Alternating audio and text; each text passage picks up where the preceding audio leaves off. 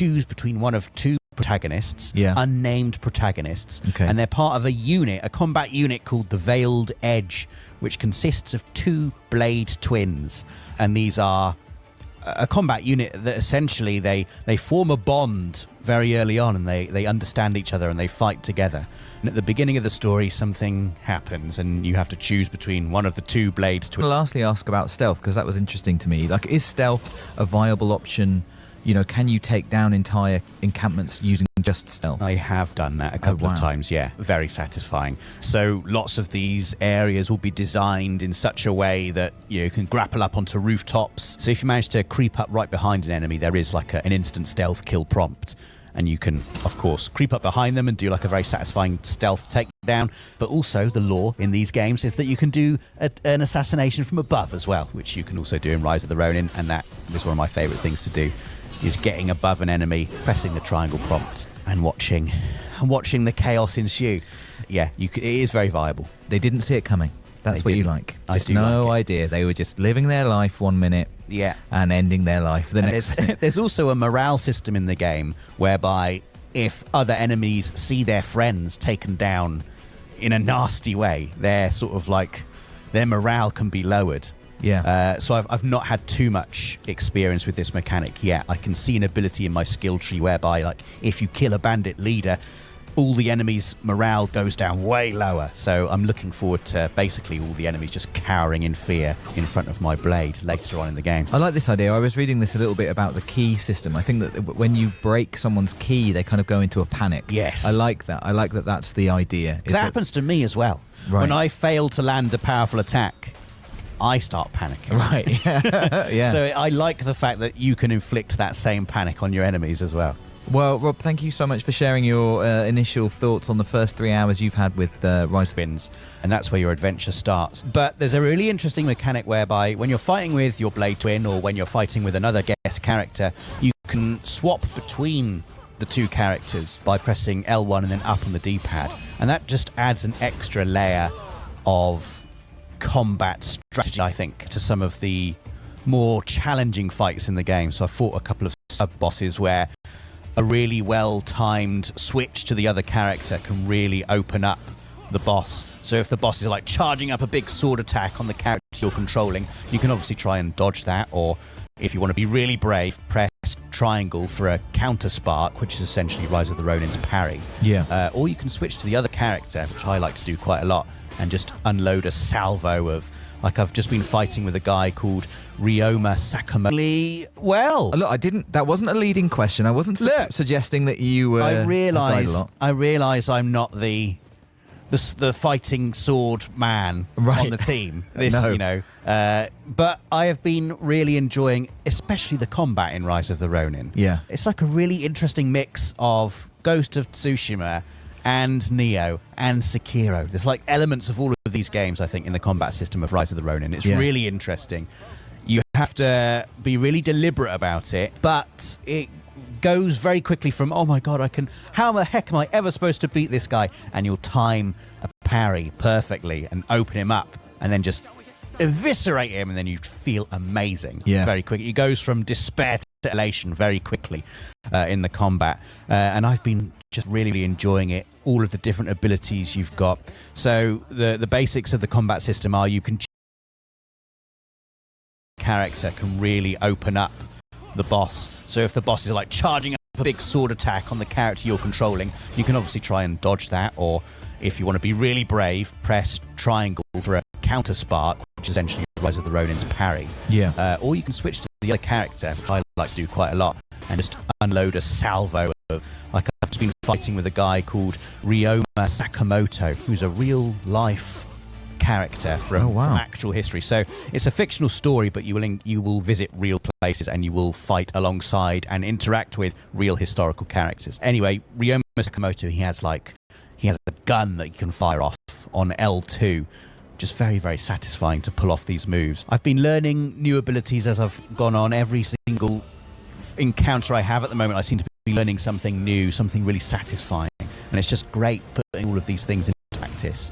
When you pull off a fight really well, you feel like a real badass. It's very satisfying. Can you describe the gameplay loop a little bit? Like, is it an open world? Are you discovering areas on the map? How does it work? It is an open world. It's so it starts off with sort of like a fairly linear opening section, but then you very quickly get to the open world bit, and you can cool a horse, you can gallop around on the horse, you find settlements, and you can clear ruffians out of these settlements and sort of store peace to them. So there's a lot of exploration, there's material gathering, there's, side quests, interacting with NPCs, all that good open world stuff.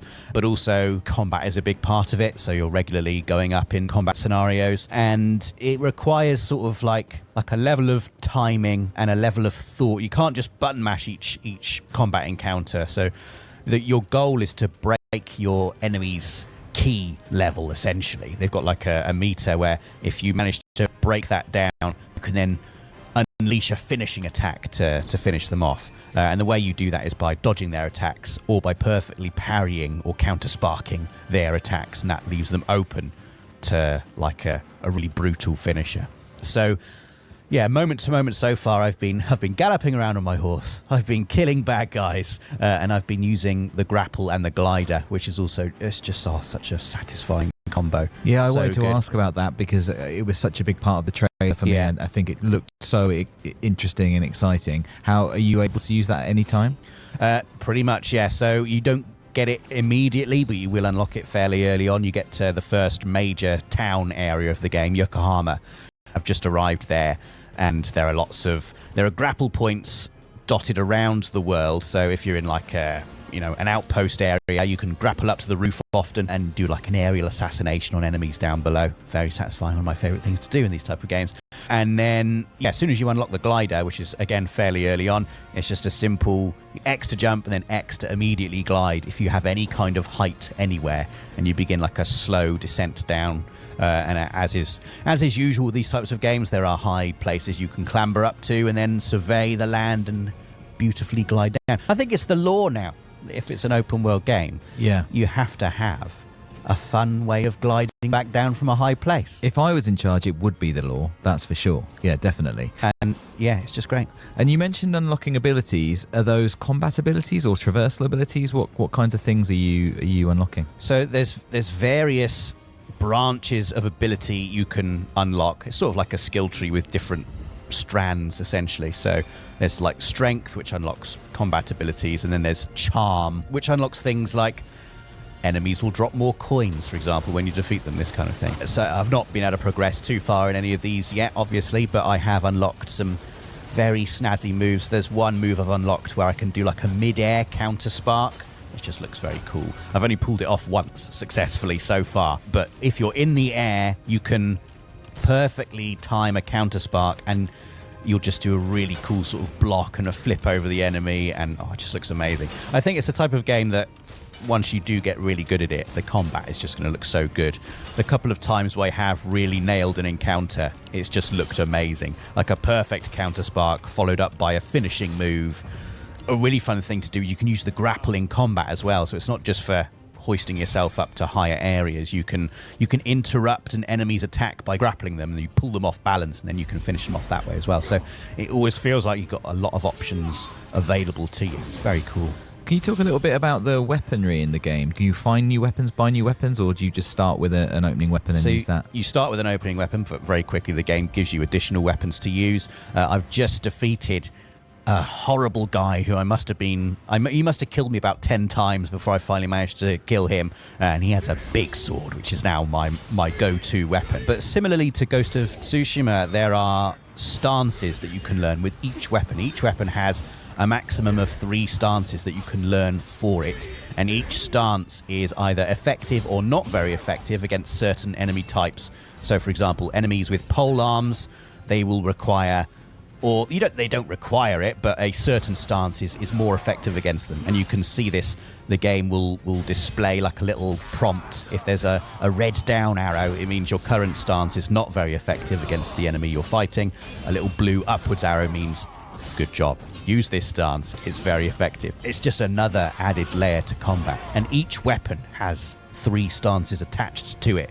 And there are lots of weapons. You can equip 2 main weapons at any one time. So at the moment I've got the massive big sword I got when I defeated this like bandit chief. and I've got a dual blade set up as well. So you can have a traditional katana, you can have the dual blade, you can have the massive sword I've got, you can have like a spear, and then you also get your sub-weapon. And at the moment, that's so your ranged attack. I've got like a rifle, which you can use before an enemy encounter when you're in that stealth phase, where you get to decide who you can pick off before the actual main fight happens.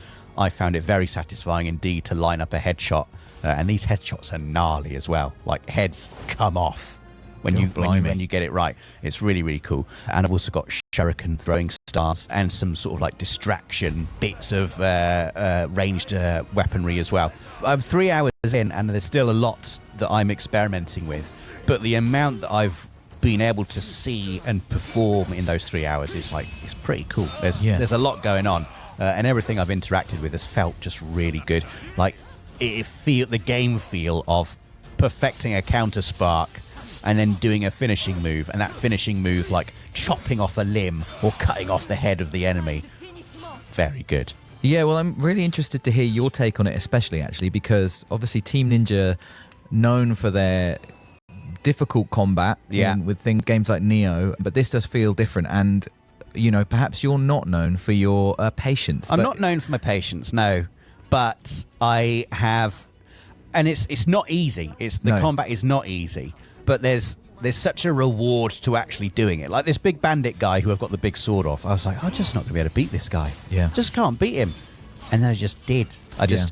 You're only ever like a shade away from getting the timing on a parry right, and that's all that it takes to turn the tide of a battle that feels like you've got absolutely no chance of winning. So all of a sudden, you're in a great place to change the momentum of it, and that's really, I think, ingeniously designed. Like, it feels on a knife edge every battle. If you're not paying attention, you could lose to just like a regular grunt if you're being careless, and by a similar fashion manage to just do something really well against a really powerful, formidable foe, they're called, or a boss character, and you can very quickly turn the tide in your favor.